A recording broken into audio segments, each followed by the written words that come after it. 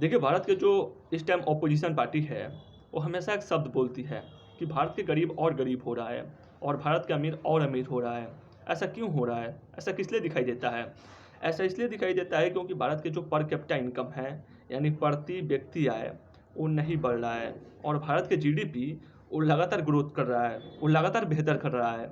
आप इसे ऐसे भी समझिए कि भारत के जो टॉप 10 अमीर आदमी हैं, उनके पास भारत के कुल संपत्ति के 57.7% का हिस्सा है और भारत के जो 50% गरीब आदमी हैं, उनके पास महज 15% का हिस्सा है। और जिससे हम लोग अपना मायना कर रहे हैं, जिसको पीछा करने के दावा कर रहे हैं, यानी जापान, वहाँ जो पर कैपिटा इनकम है, भारत के पर कैपिटा इनकम से लगभग 12 गुना ज़्यादा है, 12 गुना। तो वहाँ की शिक्षा व्यवस्था बेहतर क्यों ना हो?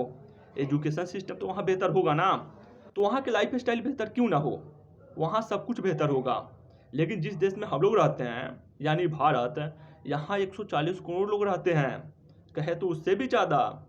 लेकिन कितने लोग स्किलफुल हैं? नहीं है ना, स्किल नहीं है। और यहाँ के जो एजुकेशन सिस्टम है, आपको नकारा ना बना के छोड़े तो आप कहिएगा। यहाँ रटने वाला सिस्टम है, रट रट के हम लोग 99% लाते हैं। लेकिन वो किस काम के है? किसी काम के नहीं है, किसी काम के नहीं है। उसके बाद आपका टाइम भी चला जाता है, आप शरीर से भी जाते हैं, पैसा भी चला जाता है। उसके बाद आप महज 200 रुपया कमाने लायक बच जाते हैं। उसके बाद आप किसी काम लायक नहीं बचते हैं।